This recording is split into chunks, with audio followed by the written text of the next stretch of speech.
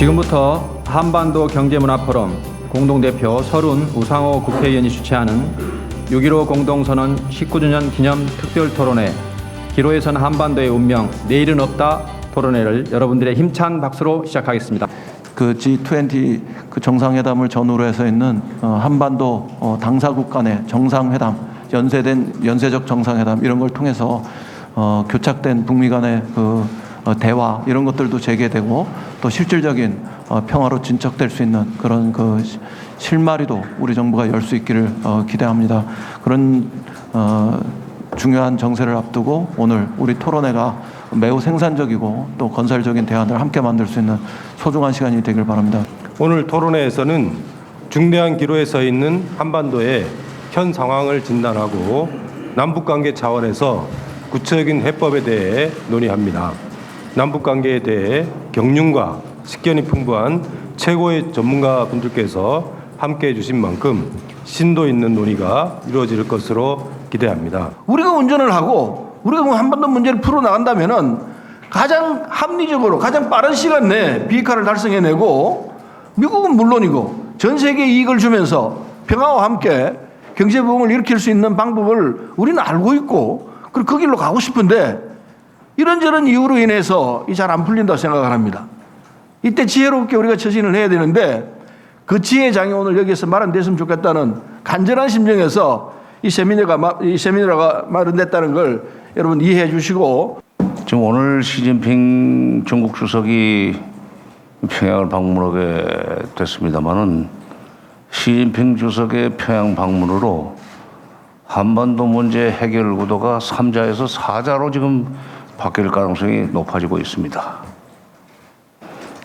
그동안에 우리는 남북미 3자 구도에서 운전자를 자임하고 미국과 북한 사이에 길잡이 역할도 하고 다리 역할을 하겠다고 했고 또 했습니다.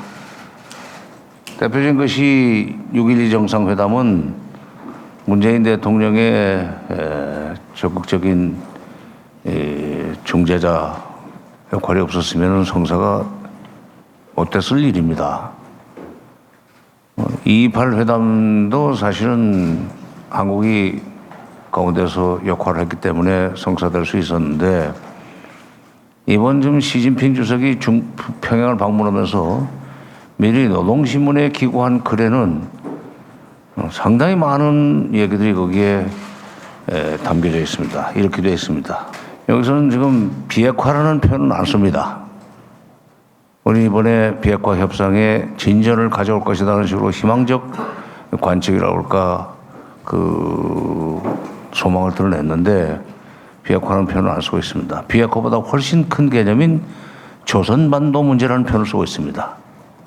조선반도 문제 속에는 비핵화도 있고 또 그 평화협정도 들어가 있다고 봐야 됩니다. 왜냐하면 조선반도 문제의 정치적 해결이니 평화적 해결, 대화 협상 그리고 또 이 시진핑의 노동신문 기고문에 보면은 조선 측의 합리적인 우려, 합리적인 관심사라고 그랬습니다. 그전에는 중국이 근거 있는 우려라는 표현을 써왔었는데 이번에는 합리적인 관심사라고 그랬습니다. 관심사는 뭐 다르지 영어로 번역을 했다가 다시 오면은 이건 사실은 우려인데 이게 지금 중국어로 된 것을 평양말로 번역하면서 조금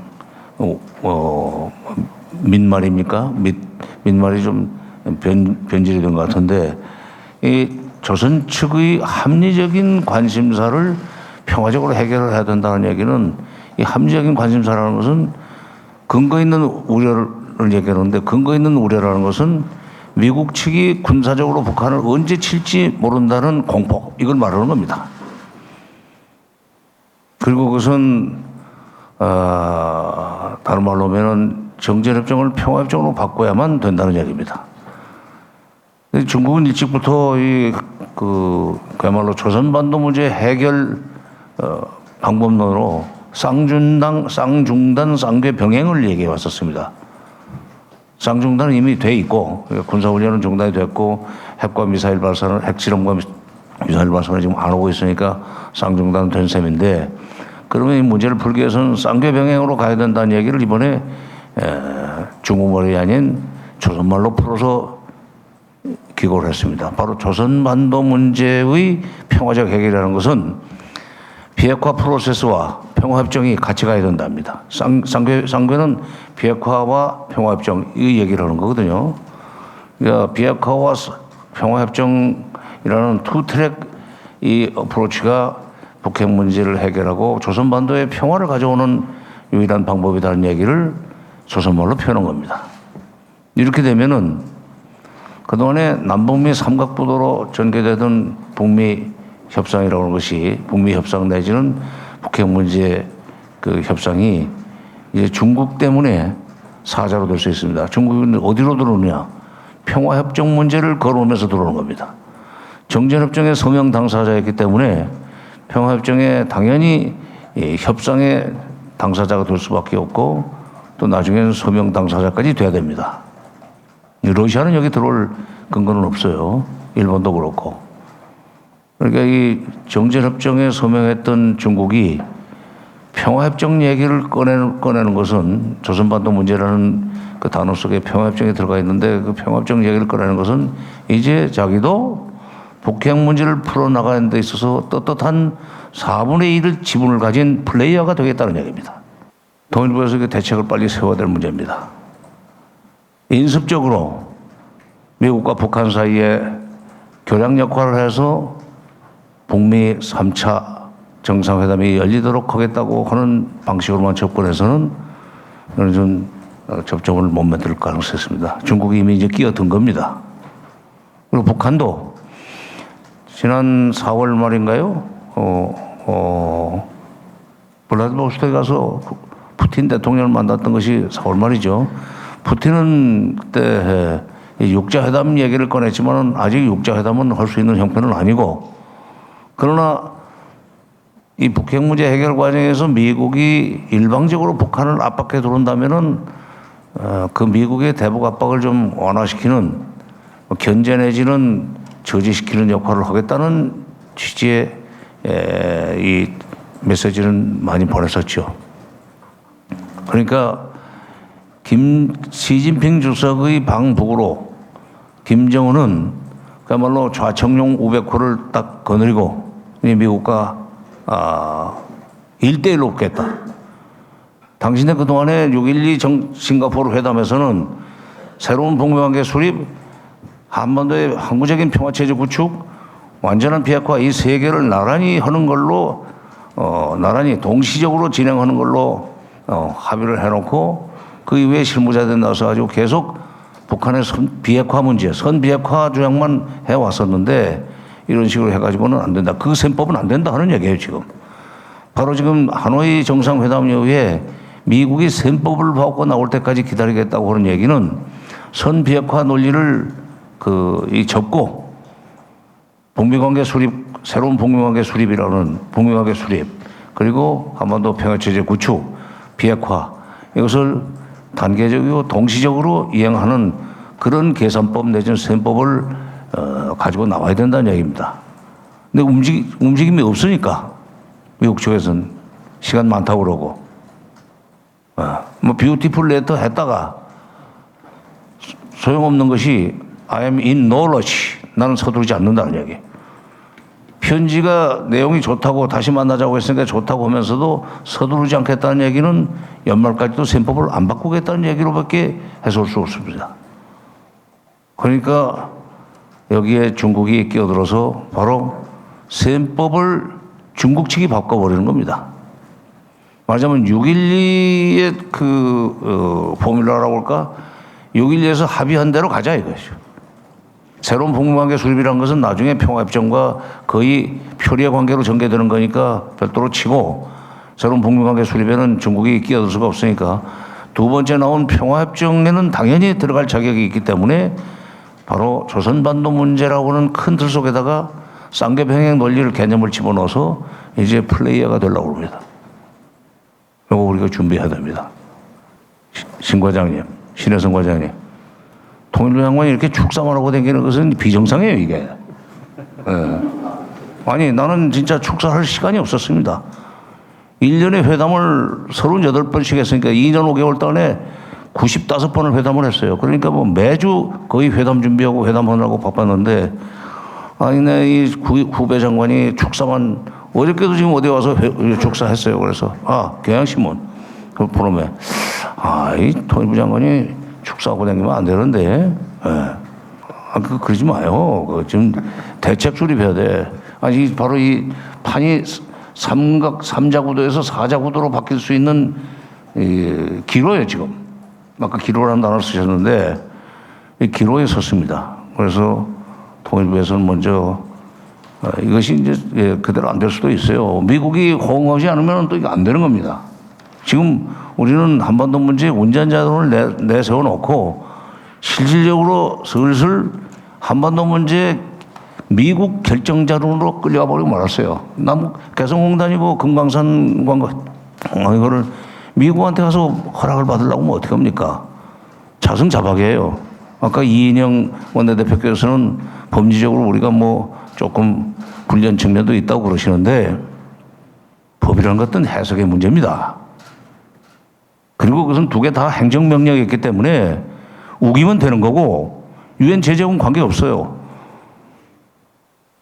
그다음에 한국 대통령이 이를 저질러 놓고, 간단히 말해서 그래 놓고 기정사실화 시키고 내지는 미국으로부터 막 양해를 받는 그런 식의 접근을 하지 않으면은, 선조치 후양해 이 식으로 접근하지 않으면 남북과 이 지금 상황에서는 한 발짝도 못 나갑니다. 어저께 경향신문이 주최한 경향포럼에서도 리차드 하스 CFR 회장하고 저하고 끝까지 옥신각신했던 문제가 대담해서 1시간 동안, 저는 문재인 대통령이 8.15 경축사에서 남북관계 발전은 북미관계 개선의 정석 변수가 아닙니다는 얘기를 했기 때문에 나는 상당히 기대를 가졌다. 근데 계속 미국이 남북관계와 북미관계는 같이 가야 된다는 식으로 발목을 잡는 바람에 아무것도 못하고 있다. 왜 이러냐? 지금 한미일 관계를, 한미일 동맹을 강화하기 위해서 한일 관계도 대충 빨리 지금 됐다고 치고 넘어오라는 식으로 얘기를 하는데, 한일 관계는 그런 식으로 우리가 덮고 넘어갈 수 있는 문제가 아니다, 지금. 위안부 문제나,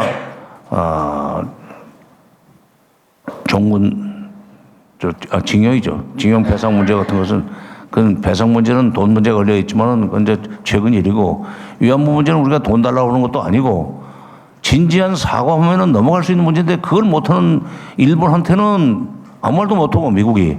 우리 보고 대충 참아주고 넘어가라는 식으로 이렇게 하는데, 왜 이렇게 우리를 압박을 하느냐. 미국의 국가이익과 우리 대한민국의 국가는 절대로 다르지 않다. 아무리 동맹이라 할지라도. 그랬더니 뭐 동맹이기 때문에 뭐 이익을 갖다느니 횡설수설 했어요, 이렇게. 경향신문이 초청을 해놓고 그 사람을 좀 좋게 써주느라고 그렇게 험한 말을 쓰지는 않던데, 제가 볼 때는 횡설수설 했습니다. 어떻게 대한민국의 국가이익과 미 합중국의 그 국가이익이 같습니까? 미국이 하자는 대로 끌려가면 우리는 남는 게 하나도 없어요, 할 수 있는 게. 한반도 운전자론에서 한반도 미국 결정자론으로 끌려간 것은 문 대통령의 잘못은 아니라고 생각해요. 참모들의 잘못입니다. 여기 김홍걸 대표가 앉아 계시지만 상주인데도 김대중 대통령은 참모들이 받쳐주기 전에 미국에 대해서 노라고 말씀을 하시면서 길을 걸어가신 분이에요. 참모들이 그쪽으로 가시는 게 옳습니다 하는 얘기를 할 수밖에, 그렇게만 해도 되는 정도로 확실한 주관을 가지고 나가셨는데, 지금 이번 정부의 참모들은 대통령의 발목을 너무 잡는 것 같아요. 마치 미국에서 트럼프가 북핵 문제를 자기 선거에 쓰기 위해서 뭐 수교 문제라든가 평화협정 문제하고 연계시켜서 해결하려고 했던 거 아닙니까? 6.12 싱가포르에서는. 근데 지금 실무자들이 발목을 붙들어가지고 계속 선비약화 논리로 트럼프 대통령까지 끌고 가려고 그러는데, 그중에 대표적인 것이 볼턴이지만, 나는 국회만 온 볼턴 이야기를 하게 되는데, 볼턴이 이번에 빅딜안을 내놓으니까 셈법을 바꾸라는 얘기를 했고, 셈법을 바꾸는 기미가 없으니까 결국 중국과 북한이 손을 잡고 자기들 방식으로 셈법을 바꿔서 이 문제를 풀기 위해서 미국과 한국이 둘러면 둘러고 말란말란한 식으로 지금 갈 것 같습니다. 어떤 점에 이것이 계속 미국이 일방적인 제재 그리고 북한의 굴복을 요구한다면은 새로운 길을 갈 수도 있다고 신년사에서 얘기를 했는데 바로 그 새로운 길로 들어갈 수 있다 내지는 새로운 길로 지금 들어가고 있다는 메시지를 다시 한번 보내는 거라고 생각합니다. 그래서 우리가 삼각부도에서 사각으로 바뀔 수 있다. 그리고 중국이 플레이어가 되겠다는 것을 분명히 하는 의미가 있고, 물론 이제 G20 정상회담에서 제기될 미국의 대중 무역 압박을 견제할 수 있는 카드를 하나 지금 들고 만드는 겁니다. 북핵 문제를 가지고 미국과 이제 거래를 하려고 하는 거지만 어쨌건 중국이 플레이어가 되겠다는 이 행보고, 그거는 그 기고문에 다 들어 있습니다. 그걸 잘 분석하면은 중국 사람들의 그 화법에 조금만 익숙한 사람들 같으면 그게 좀 이제 정식으로 들어오겠다. 미국이 일방적으로 북한을 압박하는 것도 막아주지만 그러면서 자기가 4분의 1 지분을 가진 당사자가 되겠다. 이런데도 불구하고 우리가 계속 운전자론이니 무슨 길잡이론을 제기하기는 어려울 것 같아요. 지금 해고에 되돌아보니까 4월 12일 날 김정은 위원장이 조국인민이 끝나고 했던 연설 중에 오지랖 넓게 무슨 중재자 촉진자 역할을 그만하지 말고 당사자가 되라는 얘기가 이거하고 지금 연결이 되는 것 같습니다. 그것 때문에 중국이 움직인 건 아니지만 미국이 전혀 움직일 가능성은 없고, 그러면은 한국도 못 움직일 거고, 그렇다면은 중국과 손잡고 새 판이 시작되도록 할 수밖에 없다. 그것은 김정은 위원장도 북핵 문제 해결에 어떤 이 입구로 빨리 들어가야만 내년 말까지 완수해야 될 국가경제발전 5개년 전략을 속도를 높일 수 있다는 절박감 때문에 이제 그런다고 보지만 지금 판은 바뀌고 있습니다. 오늘 제가 말씀드릴 수 있는 요지는 그겁니다. 그러니까 남북미 삼각구도가 남북미중 사각구도로 지금 판이 바뀌고 있고, 이렇게 것은 바로 비핵화와만 지금 미국이 그동안에 끌고 왔던 것은 비핵화 프로세스 먼저 진전을 시키고 그다음에 나머지 두 개 항목은 뒤따라가겠다. 그런데 그것도 비핵화도 북한이 완전히 핵무기, 핵물질, 그다음에 또 무슨 뭐 미사일, 심지어 WMD까지 전부 쏟아내면은, 그리고 완전 그걸 제로로 만들면 그 다음에 미국이 뭐 경제 지원을 해줄지 수교를 해줄지 그것은 그 다음 문제다 하는 식으로 새로운 셈법을 내놓으니까 이거 좀 여기에 맞서서 중국을 끌고 들어가지고 사자구도로 판을 벌리려고 그러는 거다. 우리가 빨리 대응을 해야 된다는 생각입니다. 계속 무슨 미북 간의 촉진자니 중재자니 길잡이니 하는 것은 이제는 이제 옛날 얘기가 될 수밖에 없을 것 같습니다. 어차피 지금 정부에서는 아주 최선의 시나리오부터 최악의 시나리오까지 항상 대비해서 컨틴전시 플랜을 항상 만들어 놔야 되기 때문에 이미 좀 하고 있겠지만은, 시진핑의 방법은 절대로 그동안의 북핵 문제 해결 스타일에 도움을 주는 것은 저는 아니라고 봅니다. 네, 이상입니다. 남북 문제는 뭐 통일로 가는 길이 세 가지가 전 있다라고 봅니다. 하나는 북쪽이 식량난과 여러 가지 문제들이 겹쳐져서 폭삭 망해서 북쪽의 그 난민이 배를 타고 남쪽으로 수백만이 넘어오면서 한반도가 극도의 혼란으로 빠지면서 뭐 통일로 가는 길. 또 하나는 북쪽이 얘기하는 적화통일. 남쪽으로 북쪽이 쳐들어와가지고 적화시키는 그런 통일. 근데 현실적으로는 이 두 가지 다 크게 가능성은 없다고 봅니다.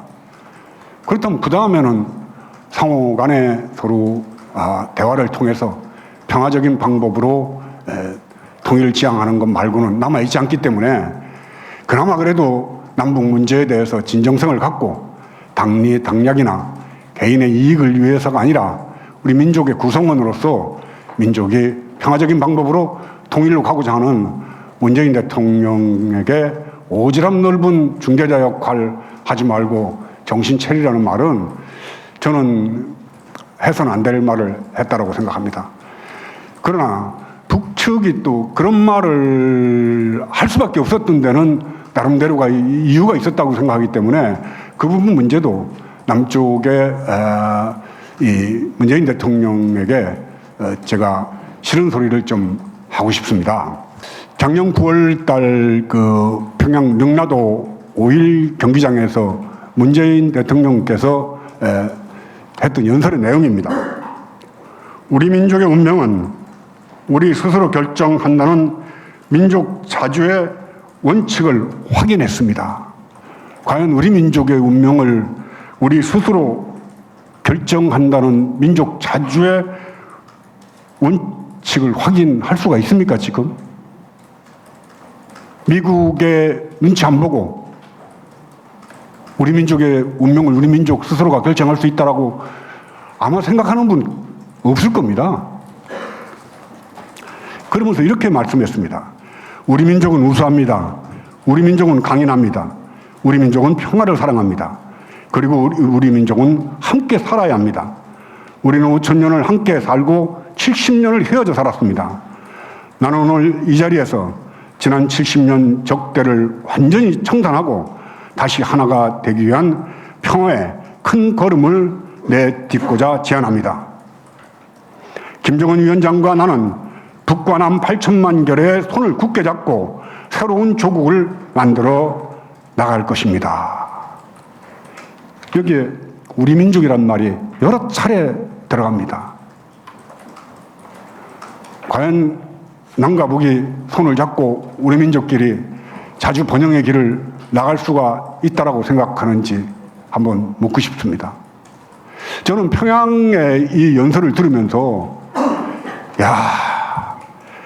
대단한 그 명연설이었습니다.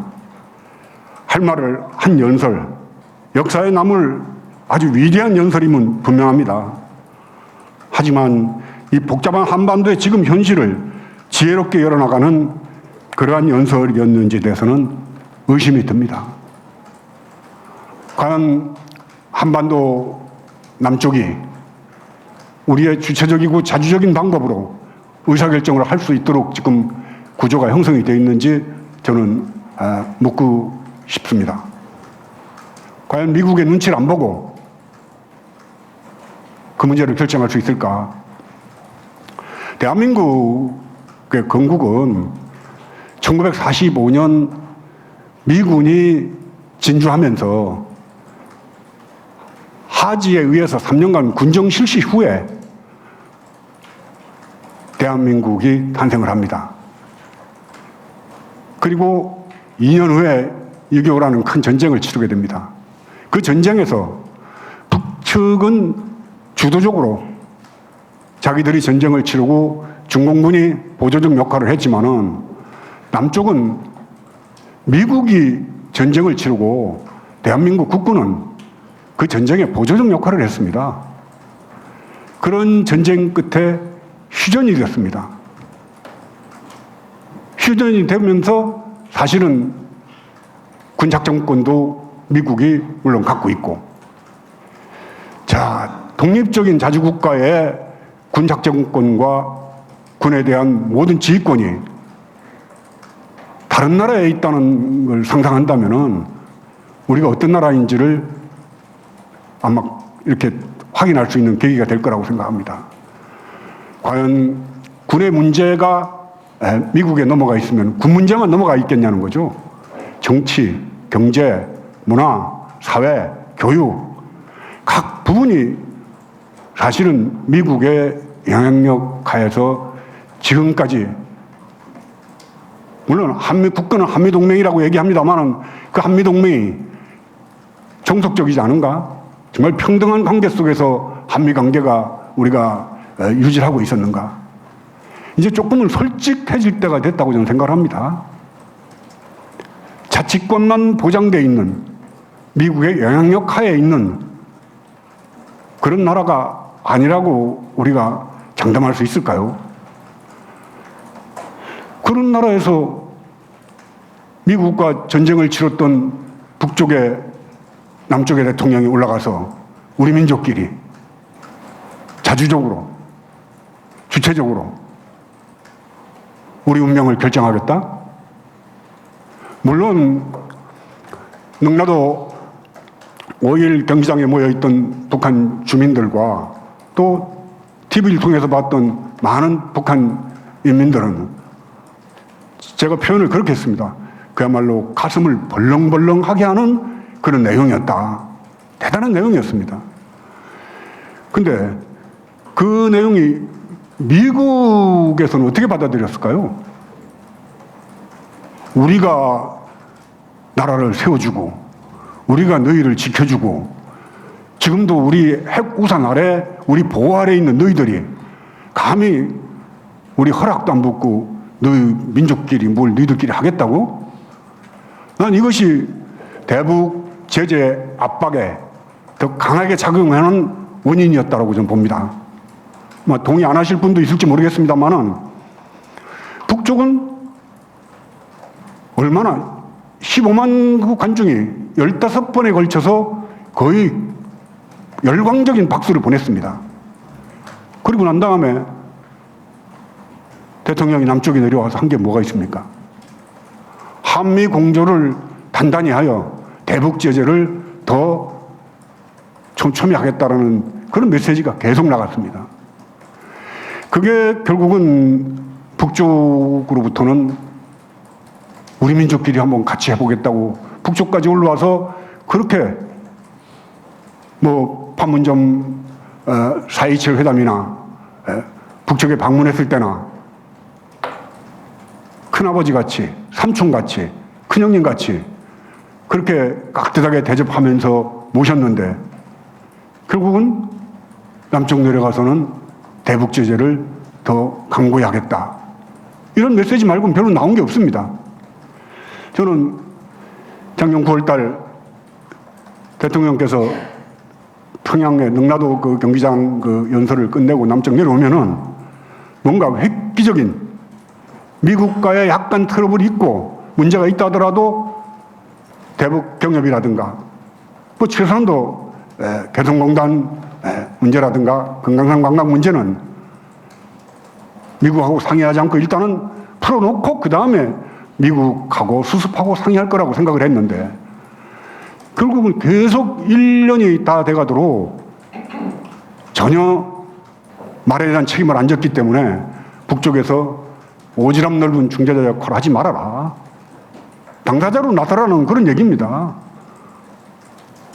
미국의 품에 숨어서 미국의 영향력 하에서 남북관계를 바라보지 말라는 그런 엄중한 경고였고 그 말이 나오고 난 뒤부터 북쪽은 노골적으로 남쪽에 대해서 무시하는 작전으로 나왔고 지금도 저는 무시하고 있다고 봅니다. 얼마 전에 이호 여사께서 돌아가셨을 때 북쪽에 김여정이 내려왔습니다. 판문점까지. 아마도 남북관계가 좋았더라면은 연결 직전까지 김여정뿐만 아니라 대남관계 라인에 관련되는 많은 사람들이 내려와서 같이 슬퍼하고 같이 조의를 피했을 거라고 생각합니다. 이호 여사와의 관계 때문에 어쩔 수 없이 판문점까지 와서 조의를 표하고 화환은 전달했지만은 그러나 남북 정부단과는 얘기하지 않겠다는 상징적 의미로 판문점까지 내려오고 저는 말한 걸로 그렇게 알고 있습니다. 물론 미국의 영향력 하에서 한반도가 온전히 자유로울 수가 있을까? 저는 그렇게 쉽진 않다고 생각을 합니다.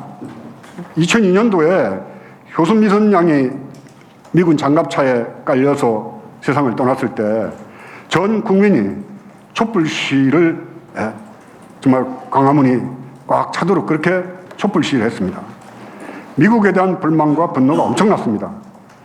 그때 미국의 정부 관계자 의회 대표들이 줄줄이 방문해서 김대중 정부를 엄청나게 압박을 했습니다.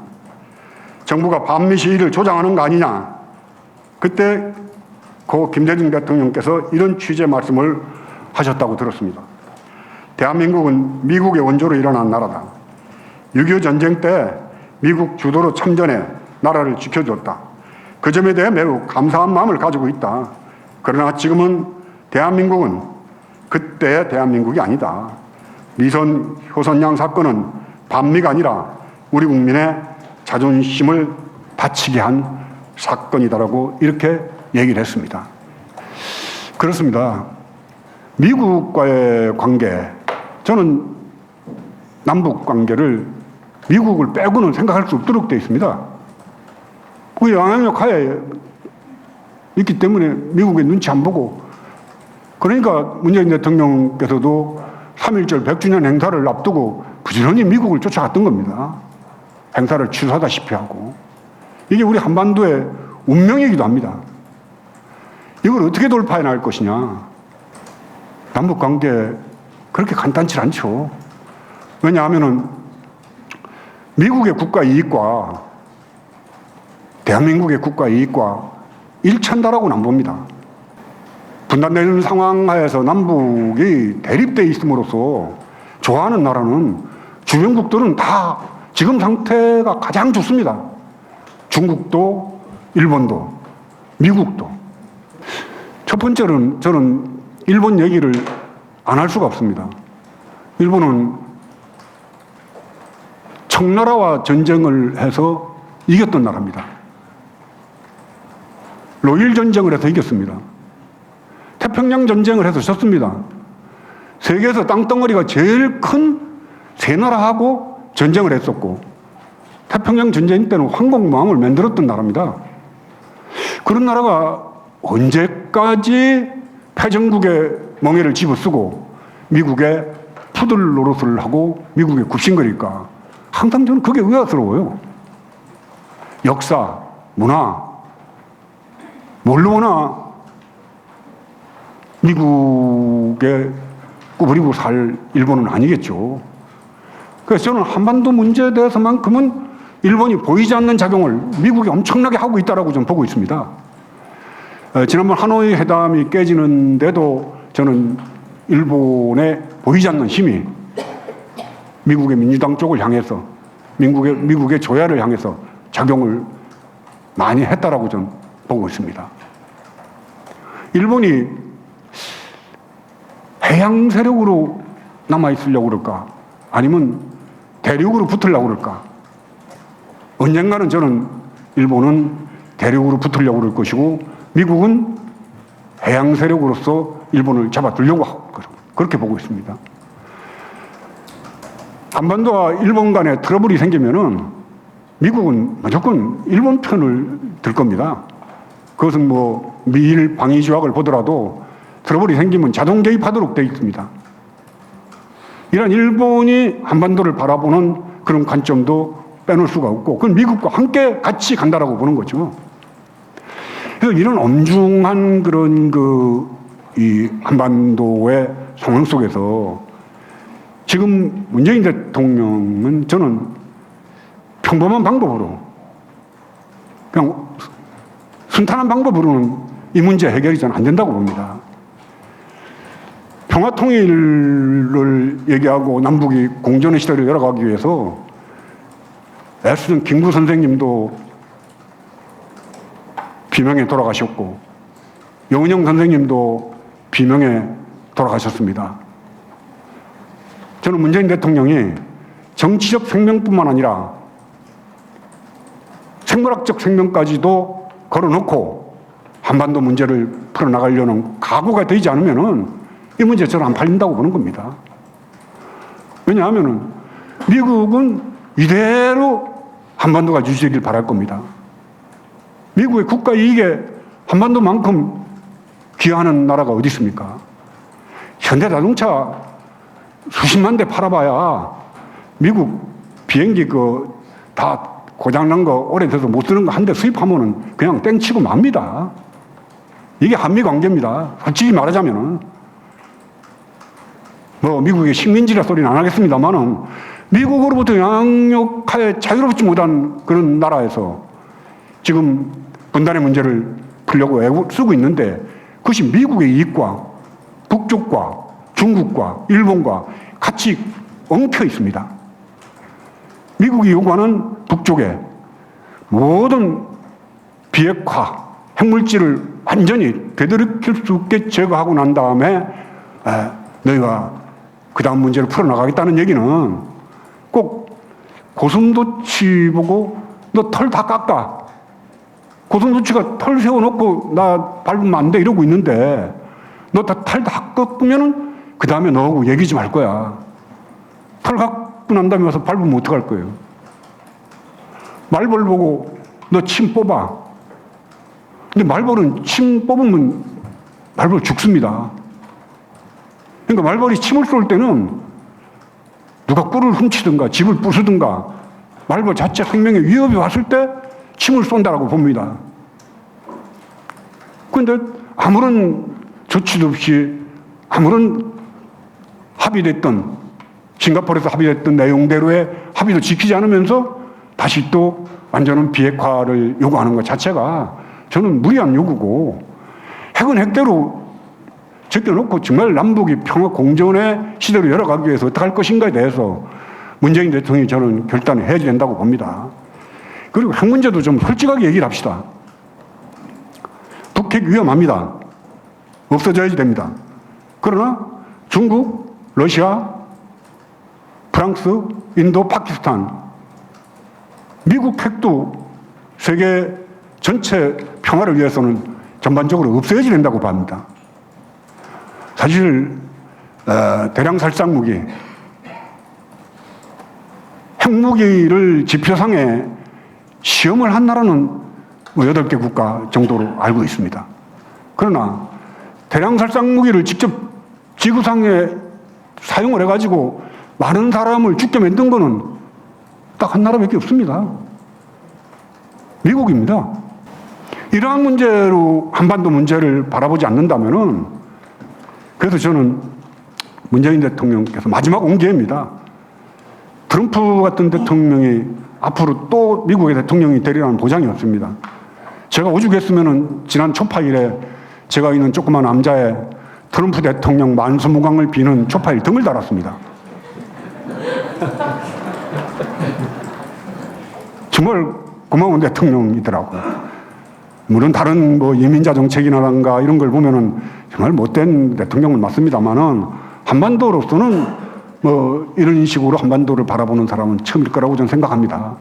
그래서 이 문제를 지금 이때 풀지 않으면은 아마 대단히 어려운 국면으로 갈 거라는 생각이 들고 이 문제를 푸는 데는 대통령께서 특단의 조치를 취하고 특히 뭐 통일부 장관이 남북관계 사고 쳐야지 됩니다. 그리고 수습은 대통령이 하고 여지까지 2년 동안 그것도 530만 표 차이로 80% 지지를 보냈던 문재인 정권입니다. 김대중 대통령 DJP 연합으로 됐습니다. 노무현 대통령 40만 표 차이로 됐습니다. 문재인 대통령은 국민이 지지했던 힘이 있습니다. 이때 남북관계 풀어나가도록 특단의 조치를 취하면서 미국과의 다소간 트러블이 있더라도 저는 과감한 결정을 통해서 한반도의 평화시대, 공존의 시대를 열어가는 역사의 길이 남을 그러한 정권이 되기를 바랍니다. 할 말은 참 많은데 시간 다 됐다고 빨리 끝내라 해서 끝내겠습니다. 평소에 존경하는 정세현 전 장관님, 명년선님 말씀 거의 100% 공감하는 내용이어서 이론, 재론할 여지는 없는 것 같습니다. 저는 같은 맥락에서 좀 말씀을 드리려고 합니다. 10분이라는 시간은 엄청난 시간이기 때문에 오늘 제목이 기로에선 한반도의 운명, 내일은 없다입니다. 엄청난 위기의식이 깔려있는 것 같습니다. 저만큼 3년 5개월 동안 공단을 못 열고 있는 저만큼 위기의식이 있는지는 잘 모르겠습니다. 절박한 마음으로 좀 말씀을 드리려고 합니다. 개인의 문제가 아니고 5천만, 8천만 공동체 구성원들, 이 한민족, 한반도 땅을 살아가는 모든 이들의 공동체 성원들의 절박한 위기의식에서 말씀을 좀 드립니다. 역사라는 걸 생각해 봅니다. 3.1 100주년, 임시정부 수립 100주년, 36년 식민지, 분단, 전쟁, 지난 그 전쟁과 식민의 100년 역사를 염두에 두고 이 엄청난 기회를 놓치고 있는 건 아닌가 이런 생각을 진짜 많이 해봅니다. 상황인식이 진짜 정확해야 분석과 대책이 정확할 수 있습니다. 우리의 상황인식이 정확한가에 대해서 문제제기를 좀 하고 싶습니다.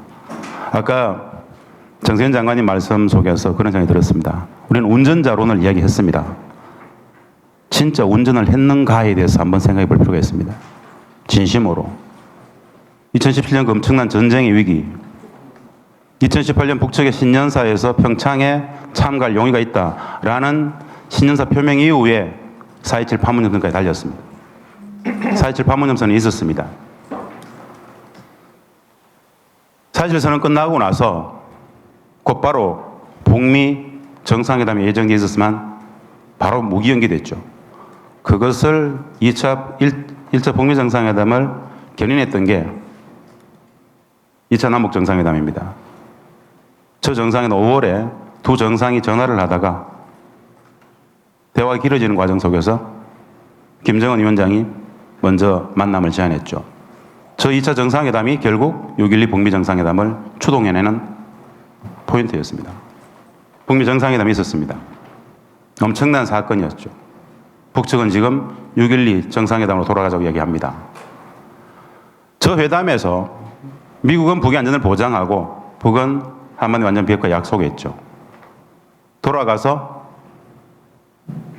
북은 풍계리 핵심장 완전 폐기 들어가죠. 미군유에 송환합니다. 북미 간에 상호 신뢰 구축의 과정이 비핵화를 정진할 수 있다 해서 그 6.12 합의를 하나하나 실천해 나갑니다. 그러나 미국은 합의했던 판문점선언 재확인, 즉 종전선언과 관련된 어떠한 이행도 하지 않습니다. 미국으로 돌아갔던 트럼프 대통령은 종전선언 시기상조론에 부딪혀서 아무것도 못했죠. 다시 교착 국면이 갔습니다. 그 교착 국면을 뚫었던 게 9월 9.19 평양선언으로 나갑니다. 9월 평양선언에서 핵심은 두 가지입니다. 북측의 핵 프로그램의 상징적인 성지인 영변 핵시설 영구안전 폐기를 약속하죠. 그리고 ICBM 엔진 시험장 동창리 영구안전 폐기를 약속합니다. 조건이 있었습니다. 미국의 상황 조치가 있다면 그 조건을 걸고 9.19 평양선언을 할 수 있었습니다. 그 엄청난 계기마다 우리가 주도했다고 판단할 수 있겠지만 사실은 그게 다가 아니죠. 남북관계 속에서 북측의 역할도 사실은 굉장히 컸습니다. 남북미 관계를 봤을 때 이 상황에 대한 기본 인식이 필요하다 저는 봅니다. 3차 정상회담까지 있었습니다. 자, 위기는 이 정점을 찍었던 9.19 평양선언 이후부터 왔습니다. 9.19 평양선언에서 아까 우리 명nhân 스님께서 많이 읽었습니다. 엄청난 퍼포먼스가 있었습니다. 그런데 이후 10월, 11월, 12월, 1월, 2월, 5개월은 북측이 완벽히 우리를 불신하게 되는 5개월입니다. 아무것도 하지 않았습니다.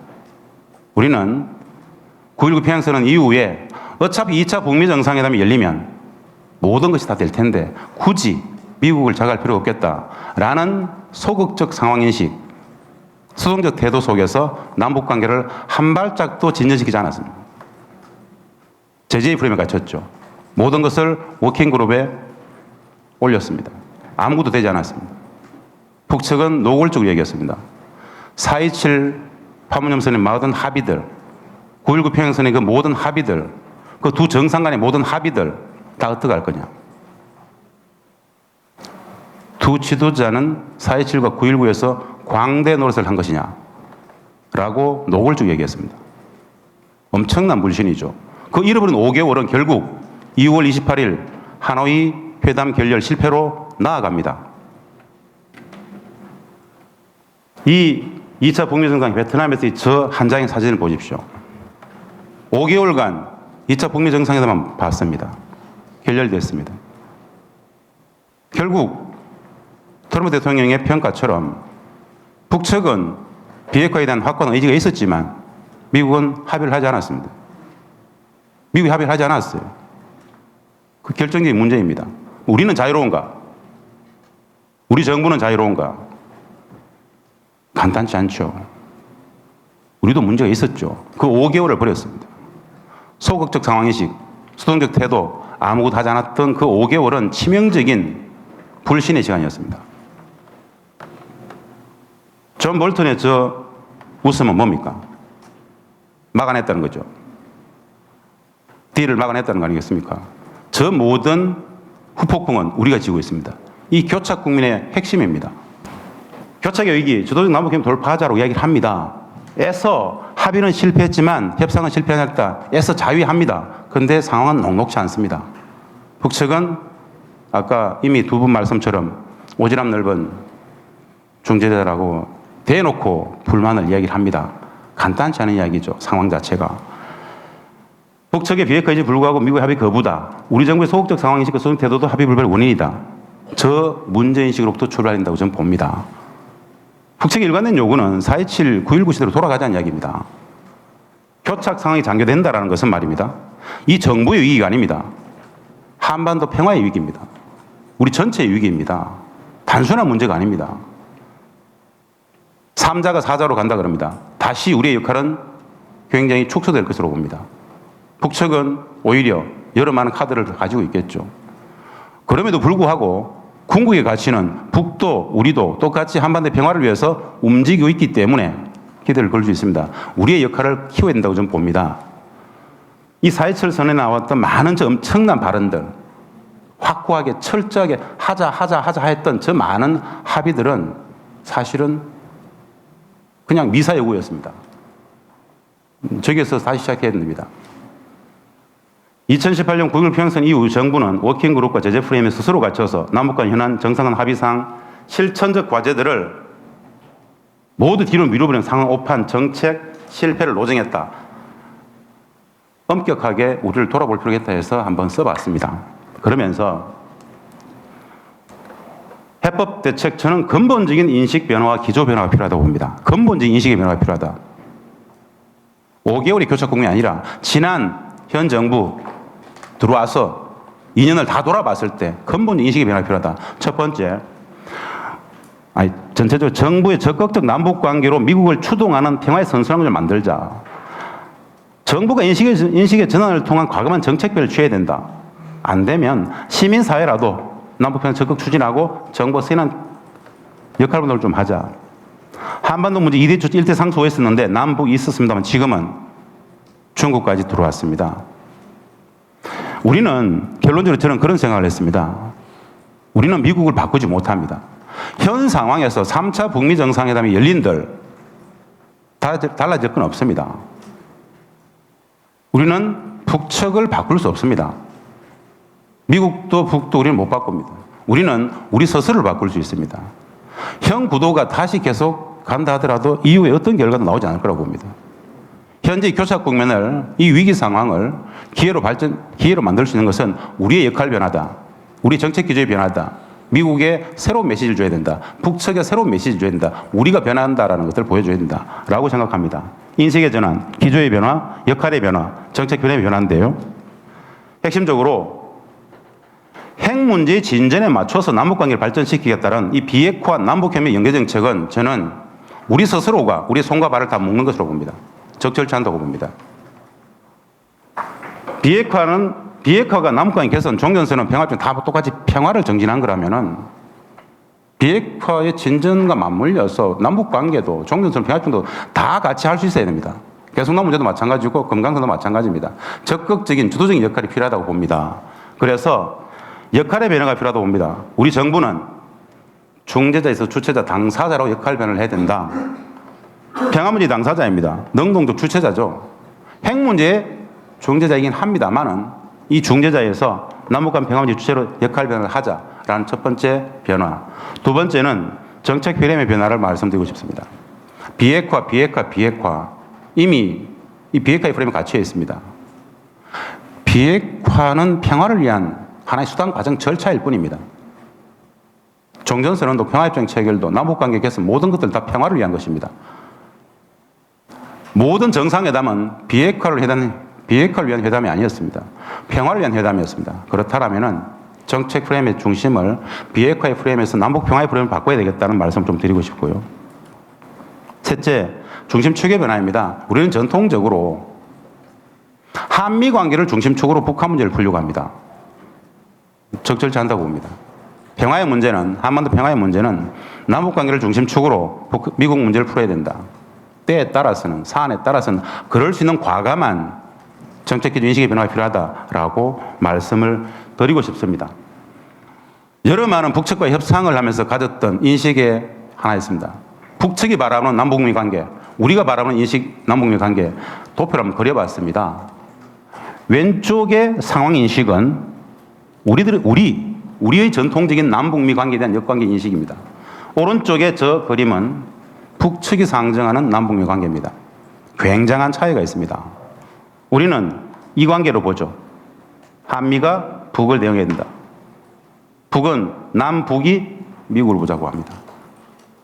간단치 않은 그림이긴 하지만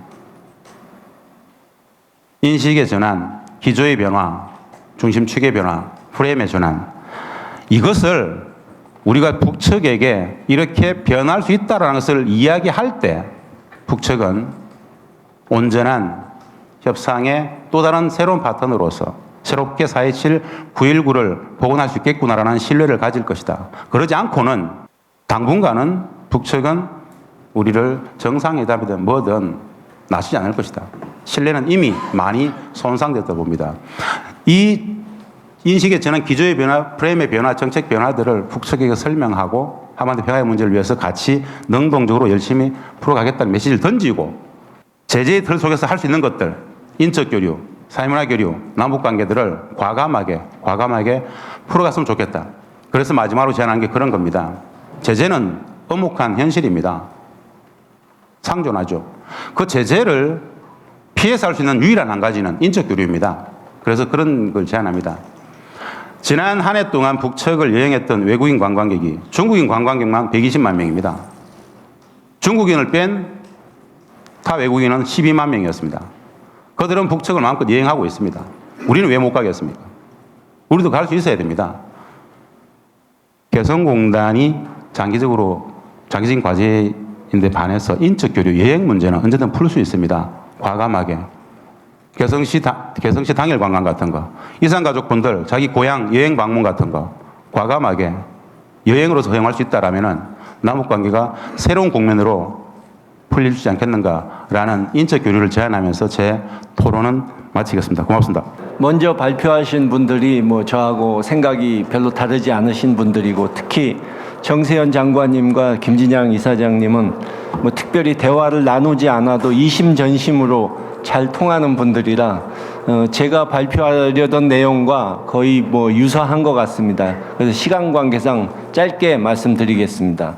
아까 정세현 장관님이 통일부 장관이 축사하러 다닐 시간이 어디 있느냐 그 말씀을 하셨는데 저도 통일부 장관이 요즘 급박한 시기에 일에 열중해야 된다고 생각하기 때문에 과거와 달리 중요한 일 아니면 연락도 하지 않고 있습니다. 지금 현재 상황이 뭐 어렵게 돼 있다는 것은 여러분들께서 다 생각을 하실 텐데요.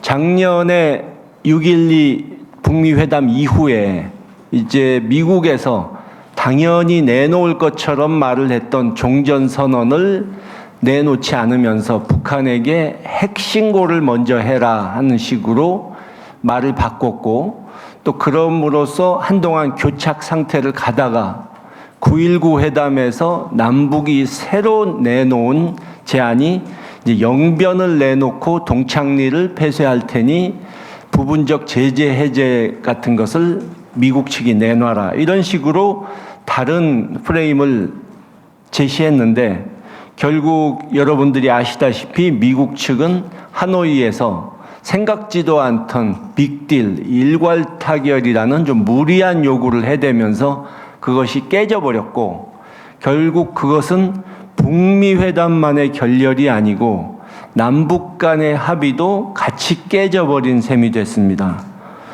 북쪽은 말만 중재자지 미국을 설득하지 못하지 않느냐, 또 제대로 이행도 하지 못할 4.27, 9.19 합의를 무엇 때문에 했느냐 이런 식의 불만을 많이 갖고 있는 것 같고 최근에 제가 만났던 또 간접적으로 소식을 들은 북측 인사들의 얘기도 거의 대동소이했습니다.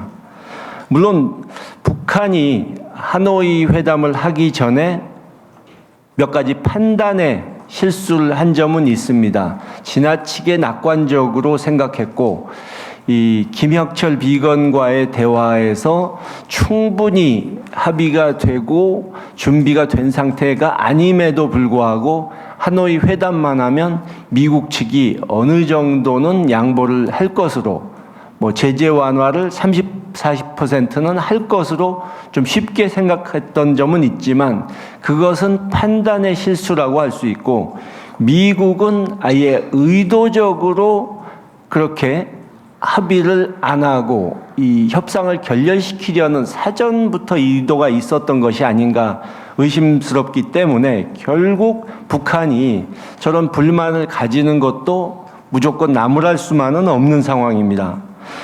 그래서 우리가 지금 점점 상황이 좀 우리 정부 입장으로서는 어려워지고 있는데, 북한에서는 지금 말씀드린 대로 그런 불만을 계속 표시하고 있고 남측을 외면하고 있고, 미국은 미국대로 왜 북한을 설득 못하느냐, 설득은 고사하고 북한의 의도라도, 의중이라도 정확히 파악해서 좀 알려줬으면 좋겠는데 그것도 남측에서 하는 게 신통치 않다, 이런 반응을 보이고 있는 것 같습니다.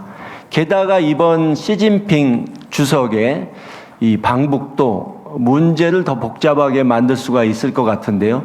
먼저 정세현 장관님이 말씀하셨던 그런 부분도 있지만, 또 하나 다들 언급하지 않는 부분이 하나 있는데, 이 대만 문제와 또 이 같이 묶여 있다는 것입니다. 중국이 무역 분쟁에 사용하기 위한 카드로 이것을 쓰는 점도 있지만, 중국은 항상 과거부터 정해진 공식이 있습니다. 미국이 대만 문제를 건드리면 중국은 북한 카드로 대응을 한다. 물론 이번에 미국을 달래기 위해서 좋은 결과를 갖다 줄 수도 있지만 또 그렇지 않을 수도 있다는 것입니다. 그런데 최근에 이제 트럼프 대통령이 대만에 뭐 무기를 판다든가 대만을 마치 국가로 인정할 것 같은 말을 해가지고 좀 그쪽을 자극한 것은 한반도 문제를 더 복잡하게 만드는 꼴이 돼버리고 말았습니다. 그래서 저도 뭐 다른 분들과 마찬가지로 정부에 또 쓴소리를 하지 않을 수가 없는데, 결론을 먼저 말씀드리자면은 우리가 햇볕 정책 시대에 그 끈질긴 외교적 노력을 하고 남북 관계를 발전시키는 그런 기조로 다시 갈 수밖에 없다는 것입니다. 결국 우리가 지금 이렇게 노력하는 것은 미국과 달리 최종 목표가 비핵화가 아니고 한반도의 항구적인 평화체제 구축이기 때문입니다. 비핵화가 수단일 뿐 목적이 아니라는 얘기죠. 그래서 아까도 말씀이 나왔지만 금강산과 개성공단, 사실 현금을 주지 않고도 할 수 있는 방법이 얼마든지 있고, 9.19 정상회담 후에 그 여세를 몰아서 어떻게든 부분적으로라도 다시 재개하는 길을 갔어야 했는데 그것을 해내지 못한 점이라든가, 또 이번에 보도 났지만 인도적 지원 부분, 큰 돈도 아니고 또 제재에 해당되지도 않는데 그것을 1년 6개월 이상 미루다가 이제서야 집행한 부분, 이런 태도로는 절대 북미 어느 쪽에서도 우리가 존중을 받을 수가 없는 것입니다. 이제 작년과 달리 북한과 미국을 달래가면서 그저 매치메이커 역할을 해서 양측이 협상장에 앉게만 만들면 어떻게든 해결이 될 것이다 하는 그런 태도로는 이제 좋은 결과를 끌어낼 수가 없게 된 것입니다. 이번에는 좀 더 단호한 태도로, 물론 유연한 전략을 써야겠지만 북미 양측의 또 우리의 원칙을 단호하게 천명하면서 확고하게 그 원칙을 지켜나가겠다 하는 자세를 보여야 양측에서 모두 우리를 존중하게 되지 않을까 하는 생각을 하고 있습니다. 그래서 다시 말해서 남북 관계를 먼저 발전시켜서 비핵화를 견인하겠다. 비핵화 문제를 촉진하기 위해서 남북이 만나는 것이 아니라 남북 관계를 발전시켜야 비핵화도 될 수 있다. 최종 목표인 평화체제 구축으로 갈 수 있다 하는 태도로 가야 되지 않겠는가.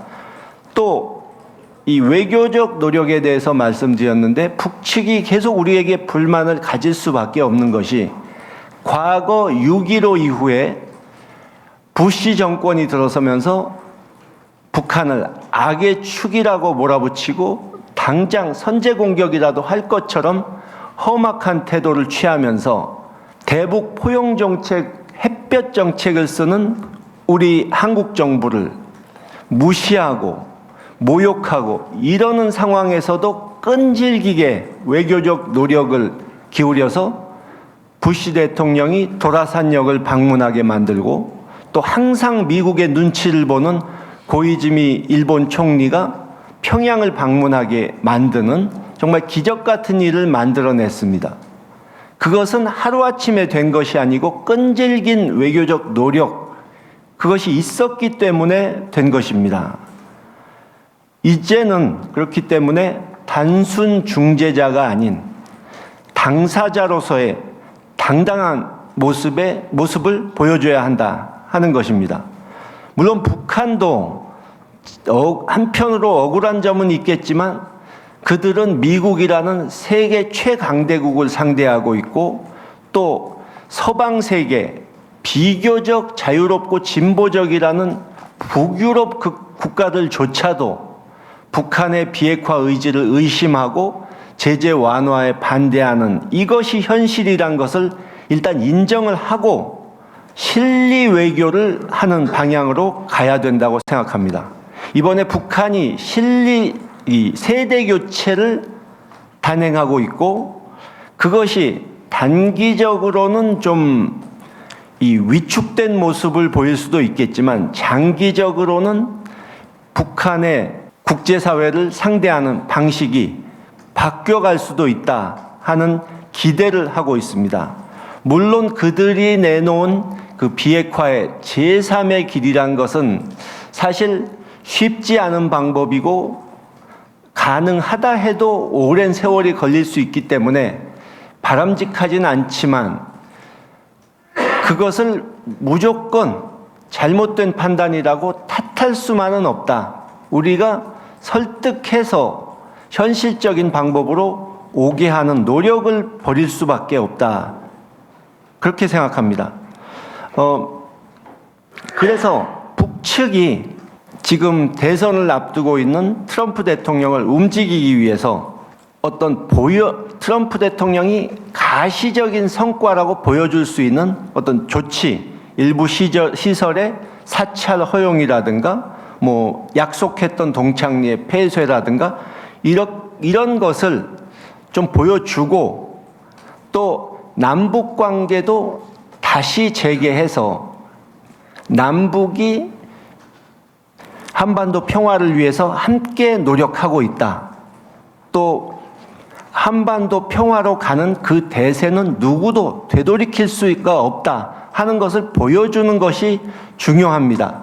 남북 관계조차도 험악하다면 북한이 비핵화를 할 생각이 있고 한반도 평화를 원한다는 얘기를 아무리 해도 국제사회가 믿어주지 않을 것입니다. 결론적으로 이제는 남북 관계와 북미 관계를 아까 말씀하신 대로 그렇게 종속 변수로 보지 않고 우리가 북미 정상회담이나 비핵화 협상을 위해서 남북 접촉을 하고 남북 정상회담을 하는 것이 아니고 더 큰 목표인 한반도 평화를 위해서 또 전쟁을 방지하기 위해서 남북 교류를 다시 활성화시키는 것이 중요하다 하는 생각입니다. 그러나 작년에 하던 식으로 막연히 잘 되겠지, 쉽게 일이 풀리겠지 하는 그런 생각은 버려야 한다. 북한도 생각이 달라졌고 미국도 생각이 달라졌기 때문에 우리도 새로운 발상으로 나서야 한다 하는 것입니다. 민간 교류에 있어서 정부도 그렇지만 민간 교류에 있어서 저희 민화협도 과거에 돌아가신 저희 아버님께서 민화협을 만들게 하셨을 때 남북의 교류는 민간 교류가 최소한 절반은 차지해야 된다.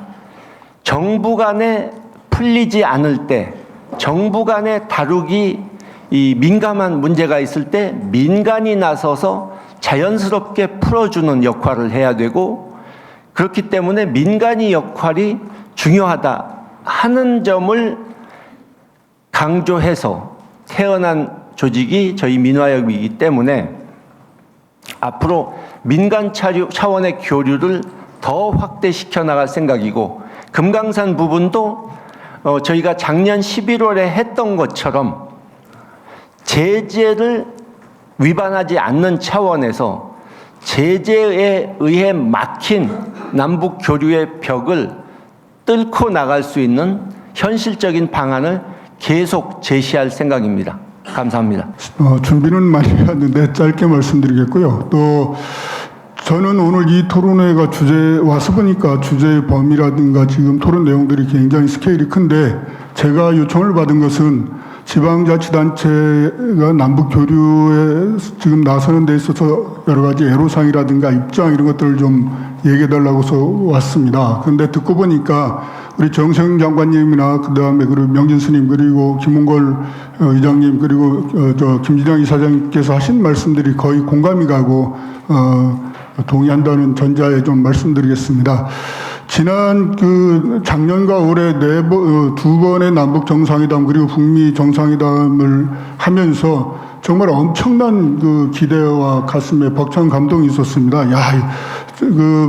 이명박 박근혜 정권 동안 오이사 조치라든가 개성공단 폐쇄 같은 그런 엄청난 일고 반통일 정책을 겪어오면서 정말 좌절감이 심했었는데, 문재인 정부 들어서 이제 정말 통일의 문이 활짝 열리는구나 하는 기대감을 굉장히 가지고 있었고, 그래서 저희도 지방자치단체 입장에서 대전은 과학기술도시이기 때문에 과학기술 분야 교류 협력 사업을 안을 만들어서 통일부에 신청을 했습니다만 실무 접촉조차도 통일부에서 제안해서 하지 못하고 있는 상황입니다.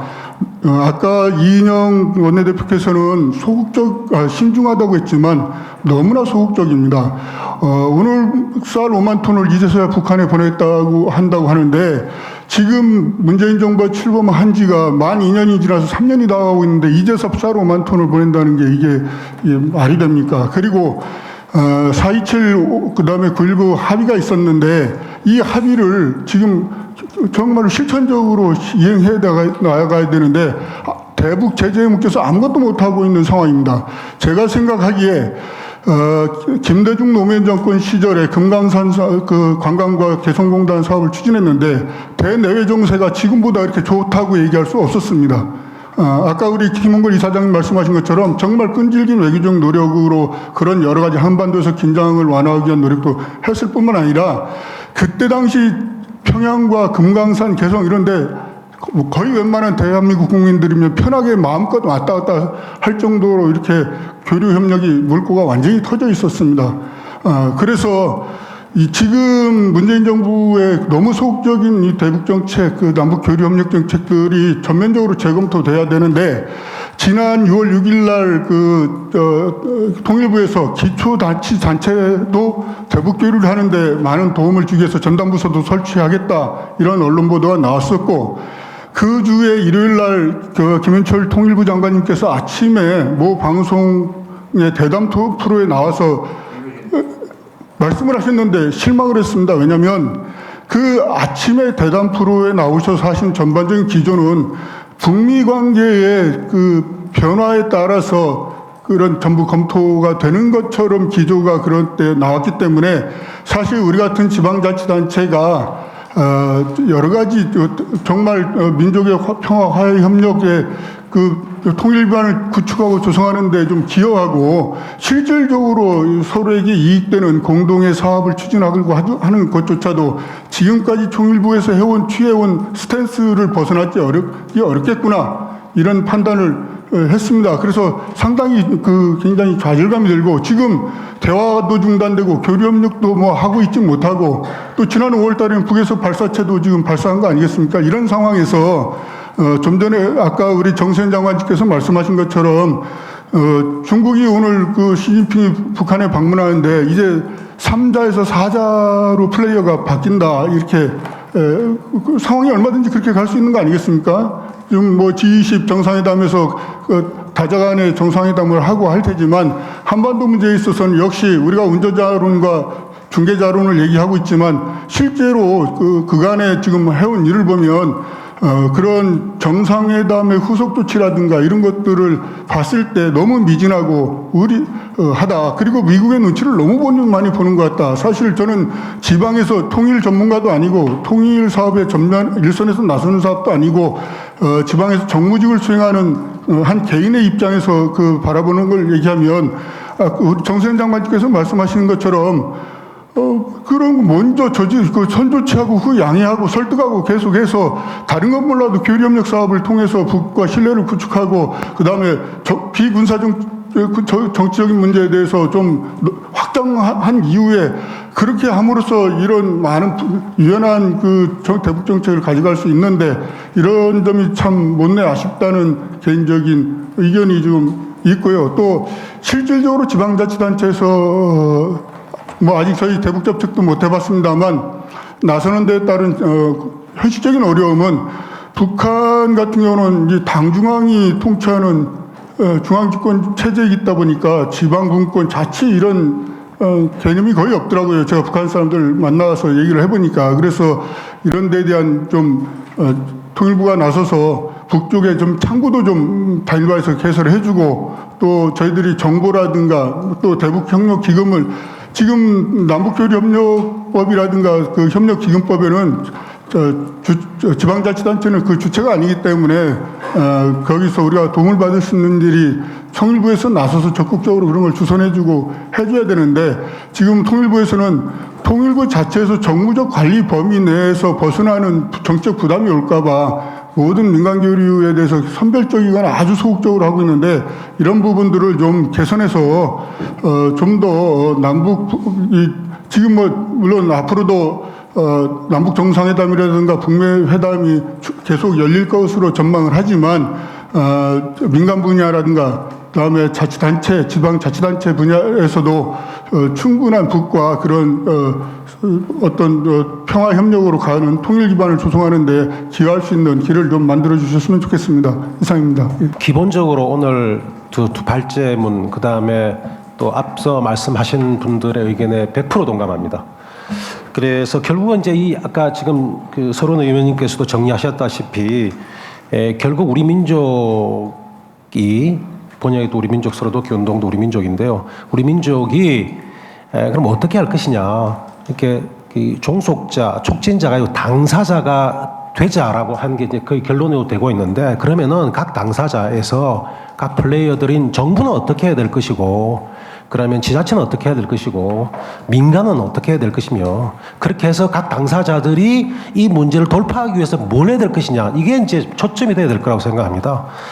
저는 그런 의미에서 우리 이번에 개성공단 관계자들이 미국을 방문하고 또 설득하고 하는 부분들은 굉장히 좀 의미 있다고 생각하고 또 저희가 본받아야 된다고 생각합니다. 앞에 김진양 이사장님께서 다녀오셨지만 할 수 있는 것을 최선을 다해야 한다고 생각합니다. 예컨대 미국이 제재를 가하고 있다면 그것이 우리에게는 어떤 의미가 있는지에 대해서 어떤 문제가 있는지에 대해서 한반도 평화에 대해서 어떤 문제가 있는지에 대해서 설득하고 호소하고 뭐 때로는 뭐 무릎을 꿇고서라도 그들을 설득하는 이런 자세 이게 저희로서는 굉장히 좀 중요한 절박한 문제라는 것을 알리는 게 필요하다고 생각하고요. 그런 의미에서 저희 민간단체들도 마찬가지입니다. 지금 저희 민간단체들이 움직이려고 하면 공간이 없습니다. 뭐 북도 저희하고 같이 협의를 하자고 이야기를 하지 않고요. 또 우리가 움직이려고 하면 대북 제재 때문에 공간이 없습니다. 그래서 저희는 이런 좀 전략을 세우고 있는데 하나는 북에다가 우리가 민간 단체들의 플레이어들이 어떻게 이 문제를 돌파하기 위해서 노력하고 있는 것들에 대해서 보여줄 필요가 있다고 생각합니다. 그래서 하나는 저희가 이제 작년 11월 말에 북을 방문해서 몇 가지 합의를 해왔습니다. 아주 굉장히 기초적인 인도적인 뭐 여러 보건이나 농업 이러한 문제에 대한 건데요. 이러한 문제들을 저는 미국 대북 제재 면제 신청을 저희가 하고 있고 또 할 생각입니다. 해서요. 개별적인 사업들을 가지고 통일부를 통해서 유엔이나 미국에 면제 신청을 하고 또 그것이 우리가 어떻게 진행될 것인가에 대해서 제재 면제 필요하면 그 유엔까지 가서 설득을 할 생각입니다. 그렇게 해서 개별 사업들도 면제를 받아서 또 그것을 북에다가 통보해서 지원을 하고 이런 과정을 가져가야 될 거라고 생각합니다. 그러니까 그런 과정을 통해서 남쪽에서 개별 단체들 사람들이 어떻게 좀 하고 있는지 이런 모습을 보여준다고 생각하고 그런 의미에서는 통일부에 좀 부탁하고 싶은 게 이 제재 면제 신청이라는 게 실시간으로 중계되고 필요하면 어떻게 진행되는지 확인할 필요가 있기 때문에 통일부나 외교부 또는 민간과 같이 해서 일종의 제재 면제를 받기 위한 또 신청을 하기 위한 그걸 돌파하기 위한 TF팀 같은 거를 좀 구성해서 이거를 적극적으로 추진해 나가는 방식 이런 것도 좀 같이 모색하는 거 그래서 조금 추상적인 부분을 내려와서 구체적으로 우리가 이 문제들을 어떻게 돌파해 나갈 수 있는가를 좀 같이 고민할 수 있는 그런 방식으로 좀 전개했으면 좋겠다라는 말씀을 드리고 싶습니다. 지금 미국 사람들 우리가 지금 남북 관계에 대해서 사사건건 미국에 지금 허락을 받고 하려고 그러는 이런 그 일종의 외교 문화라고 할까요? 이게 참 큰일입니다. 네, 큰일이에요. 금강산 관광이 대표적인 사건인데 98년 11월 18일 날 그때 김대중 대통령이 모험을 하시겠다는 각오가 없었으면 그건 시작도 못하는 사업이었었습니다. 그거 실무적으로 사전에 협의 시작하면은 차관보급에서 차관도 못 올라가고 중간에 그야말로 발언과 함께 사라지다처럼 돼버리는 그런 사안이었었어요. 정세가 매우 안 좋았었거든요. 근데 그 결단 내려서 했고 또 이게 뭐 이렇게 이승만 대통령 별로 그렇게 높이 평가를 일은 없는데 그제도 그 방공 프로 석방도 그분이 미국한테 물어보겠으면 절대 일어날 수 없는 사건이었었습니다. 저질러 놓고 쉽게 해서 좀 험한 말이지만 어쩔래? 우리도 국가이익이 있다. 우리 국민들의 바람이 있으니까 당신네 국가이익에 우리가 종속해야 된다는 생각은 버려라. 그런 식으로 한 번씩 치고 나갈 필요가 있습니다. 그 다음에 또 하나 어제 제가 참 심각하게 느낀 것이 미국의 CFR, Council on Foreign Relations, 미국 외교협회라고 하면은 Foreign Affairs라는 개간지도 발간을 하고 미국 그 대외 정책에 막강한 영향을 미치는 싱크탱크입니다. 거기에 16년째 이사장을 하고 있는 리차드 하스하고 어저께 1시간 제가 그야말로 설전하면서 실망을 금치 못했어요. 북한에 대해서 아무것도 모르는 거예요. 근데 내가 경향신문에 대고 이런 사람 왜 불러놨냐고 할 수는 없고. 근데 북한 전문가가 있냐? 그랬더니 있다 이거야. 스코트 슈나이트 하나. 근데 미국의 북한 전문가들이 노동신문을 읽을지 모릅니다. 그것도 읽을지 모르는 사람들이 어떻게 북한의 속내를 알고 그들을 어떻게 다룰 것인가 하는 것을 연구하겠습니까? 결국 우리 이쪽에서 돌아다니는 얘기를 영어로 누가 번역을 해주면 그걸 가지고 그러니까 원전을 읽어서 논문을 쓰는 학자가 아니라 이거저거 묶어가지고 그냥 기사 쓰는 기자처럼 대북 정책을 위반하는 사람들한테 우리가 와서 우리 운명을 결정하는 문제를 허락을 받는다는 이거는 정말 문재인 대통령이 좀 사슬을 끊어줬으면 좋겠는데 그러려면은 참모들이 그걸 뒷받침을 해줘야 돼요. 대통령이 긴가민가 할 때 용기를 가지고 모험을 할 수 있도록 뒷받침을 좀 해줄 필요가 있습니다. 사사건건 허락받으려고는 이거 끊지 않으면은 대통령은 공약을 못 지킵니다. 미국에 대해서 노라고 말할 수 있는 대통령이 되겠다고 자서전에 썼던 분 아니에요. 그렇게 좀 밀어주세요, 좀. 북핵 문제 그렇게 간단치 않다고 생각합니다. 북측의 당국자들을 만났을 때 제가 북핵 문제 포기하고 먹고 사는 문제 해결해야 되지 않겠냐 이렇게 얘기했을 때 북측 당국의 답변이 그랬습니다. 조선 역사 공부 안 했습니까? 저희 공화국 핵 간단치 않습니다. 미제나 남조선만 향한 것을 북핵이라고 자기들 핵이라고 생각하면 안 됩니다. 태국 놈이 조선 땅을 얼마나 어떻게 침략하고 짓밟았는지 아십니까? 역사 공부 새로 하십시오. 이런 얘기를 들었습니다. ICBM 시험하고 난 다음에 북쪽의 성명서가 그랬습니다. 5,000년 역사의 쾌거라고 그랬습니다. 저는 북핵 제거라는 것이 그렇게 간단치 않다는 거, 그리고 북핵 제거 이전에 평화 공존의 시대를 열어나가면은 자연스럽게 북핵 문제는 해결될 거라고 저는 생각합니다. 이상입니다. 참석하신 모든 분께 감사하다는 인사를 드리면서 오늘 이 세미나를 마치도록 하겠습니다. 여러분 고맙습니다.